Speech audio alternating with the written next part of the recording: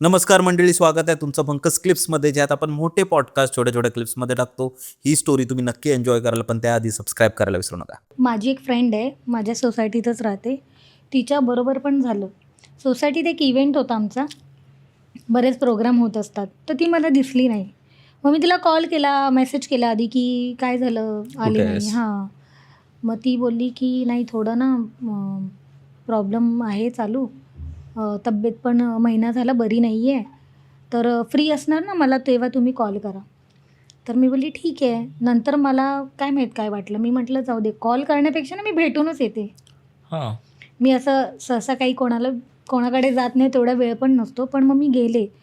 मग सुरुवात त्यांनी अशी केली की नाही हो, तब्येत बरी नाही. ते टीचर आहेत बेसिकली.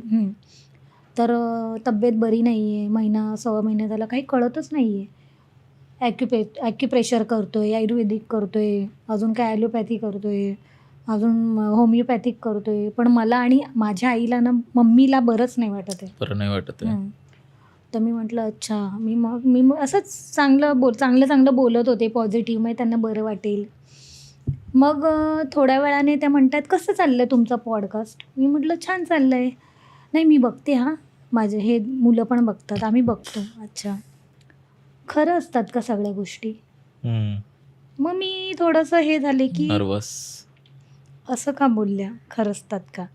तर मी जेन्युइनली त्यांना सांगितलं की बघा, खरं की खोटं हे तर मी कुठे व्हेरीफाय करायला जात नाही, पण लोक येऊन एवढ्या गोष्टी सांगतात, तर त्या कुठेतरी थोडंसं तथ्य असेलच ना. लोकांचे अनुभव असतात. हां. मग त्या म्हटल्या हो ना. मी म्हटलं हो. तुम्हाला बोलू का एक. मी बोलली बोला ना. नाही, आमच्याबरोबर पण असंच काहीतरी घडलं. बरं. मी म्हटलं काय. मग त्या सांगायला लागल्या की त्यांची आईचं थोडं, त्या दोघीच बहिणी, म्हणजे मुलगा नसायची, तर एक बहीण गावीच कुठेतरी असते आणि आई पण गावीच असायची. तर ते म्हटलं सारखी आई आजारी असते, तर मग सारखं एव्हरी वीकेंडला जाणं पॉसिबल नाही. त्याच्यामुळे मग मी आणि माझ्या नवऱ्याने विचार केला की आपण इथेच आईसाठी एक घर घेऊया. तर एक पर्टिक्युलर आमच्या जवळच एक 15-20 मिनटावरती त्यांनी एक रेंटवरती रूम बघितलं आईसाठी. त्याच्यानंतर रूम घेतलं, डिपॉझिट दिलं. त्या रूममध्ये सोफा, एक बेड, मांडणी, गॅस सगळं नवीन घेतलं. कारण गावचं इथे कशाला आणायचं ना, गावी पण राहायला मध्ये मध्ये जाणार. बाथरूम आहे ना, त्यांनी कमोड लावून घेतलं. आपलं इंडियन होतं पण इंग्लिश करून घेतलं त्यांनी, कारण त्यांच्या आईला सोयीस्कर जाईल. आणि त्यांचे मिस्टर बोलले की मी ना 1-2 रात्र राहून बघतो सेफ्टीसाठी, की काही रात्रीचा काही प्रॉब्लेम आहे का, चोर किंवा अजून काही इश्यू आहे का वगैरे बघतो. ते हे म्हटले ठीक आहे. मग यांनी थोडंफार पेंटिंग वगैरे पण करून घेतलेलं, सामान वगैरे नवीन ना, सगळं नवीन. आणि त्यांचे हजबंड ज्या दिवशी 2 रात्र ते तिकडे झोपले ना, त्यांना तिकडे खूप साऱ्या पॅरानॉर्मल ॲक्टिव्हिटीज झालेल्या आढळून आल्या. बापरे. जसं भांडी पडतायत, कोणतरी चालते बाई, पैंजणचा आवाज, फ्लशचा आवाज. अरे बापरे. हो. मग त्यांनी पहिल्या रात्र बघितलं, तर त्यांना असं वाटलं की मला काहीतरी भास होतोय की काय असं. पण दुसऱ्या रात्री पण सेम.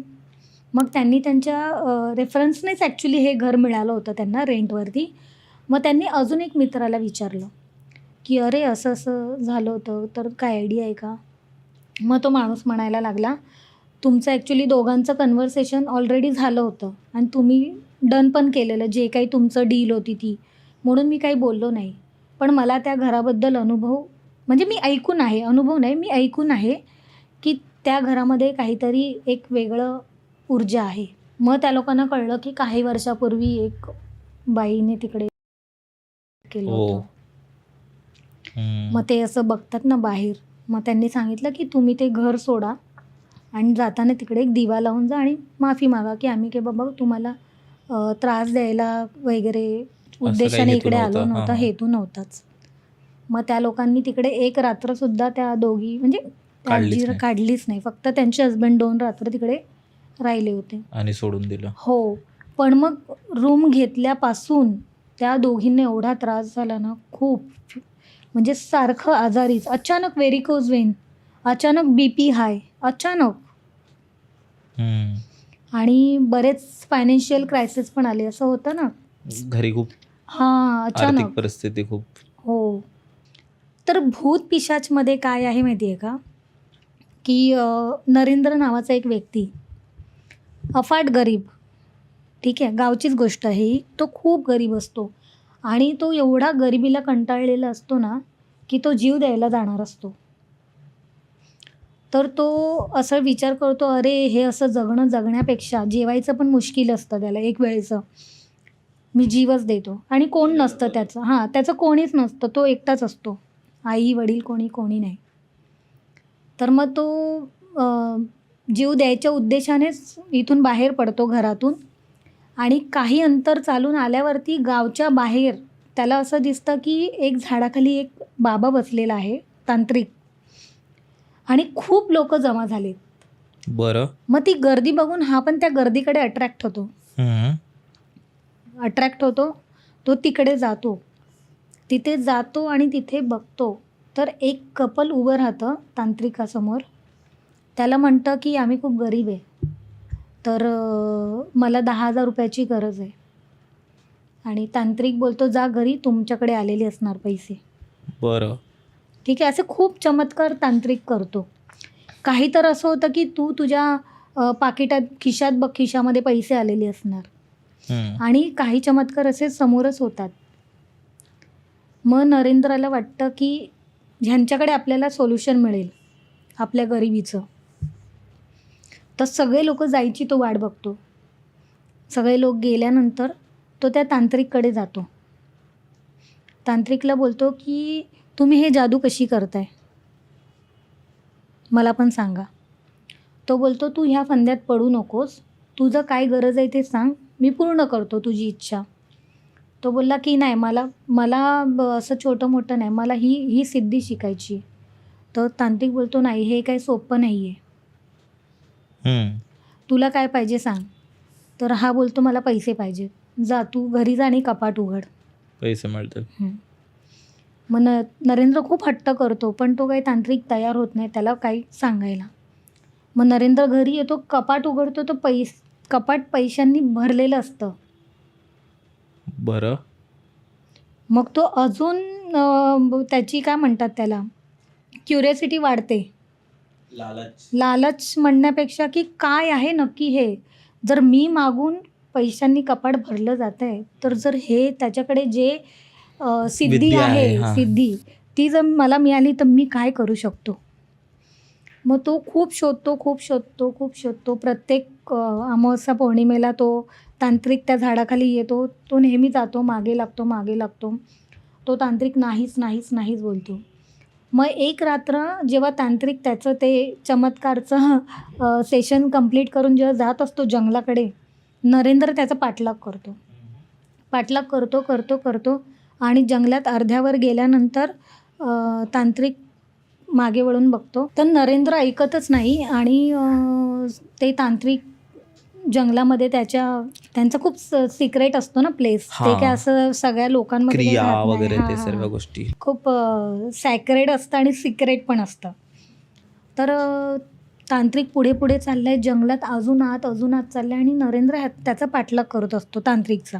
नंतर तांत्रिकच्या लक्षात येतं आणि तो थांबतो. थांबल्यानंतर तांत्रिक विचारतो, की काय तुला काय पाहिजे माझ्याकडून? तो म्हणतो, की मला ही सिद्धी शिकायची आहे.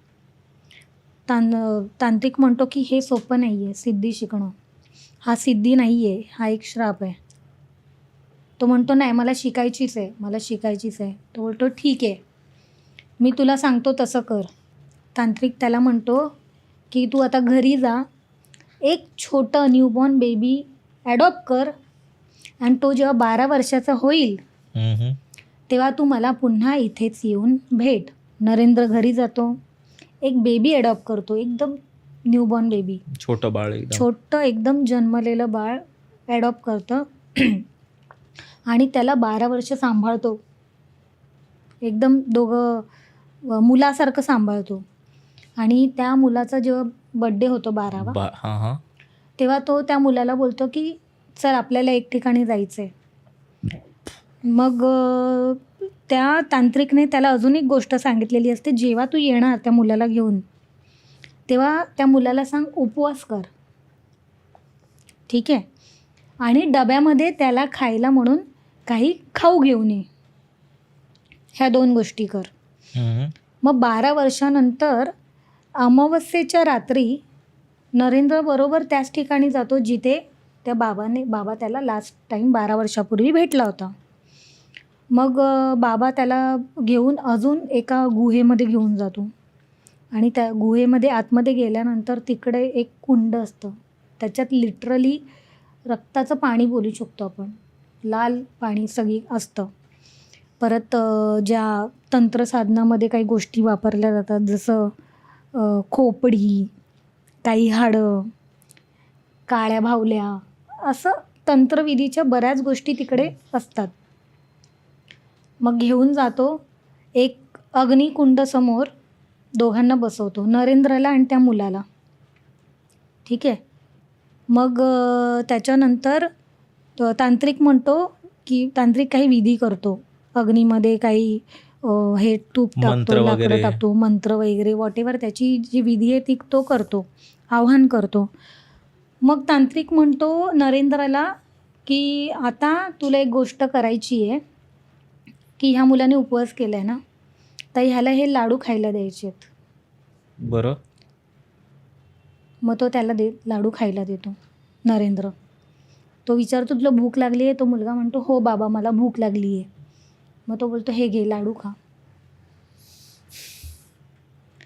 लाडू खाल्ल्यानंतर बाबा म्हणतो की नरेंद्र आता तो पाणी मागेल, त्याला पाणी नाही द्यायचं आहे.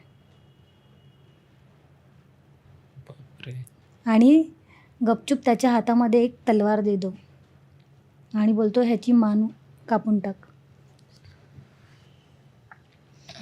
थरथर त्या हाताने नरेंद्र 12 वर्ष सांभाळलेल्या त्या मुलाची मान छाटून टाकतो. मान कापायच्या आधी तो एक शब्द बोलतो, बाबा मला तहान लागली, आणि तेवढ्यात हा त्याची मान कापतो. आणि त्या क्षणाला सगळं काही थांबून जातं. मुलाचं धड एकीकडे, मुंडकं एकीकडे असतं. त्या परिस्थितीतून, त्या गोष्टीतून तो सावरला पण नसतो. तेच मागून आवाज येतो, बाबा मला तहान लागली. नरेंद्र मागे वळून बघतो तर त्याच्या मुलाचा पिशाच मागे उभा असतो. बापरे. आता ही सिद्धी त्याला मिळालेली असते. त्या मुलाला तहान लागलेली आहे, त्याला पाणी द्यायच्या नावाखाली हा त्याच्या सगळ्या इच्छा पूर्ण करणार. ओ बापरे. मंडळी, जर तुम्हाला ही स्टोरी आवडली असेल तर डिस्क्रिप्शनमध्ये आम्ही पूर्ण एपिसोडची लिंक टाकलेली आहे, तो चेकआउट करायला विसरू नका. त्यात अशाच प्रकारच्या भरपूर स्टोरीज अवेलेबल आहेत आणि सबस्क्राईब करायला विसरू नका.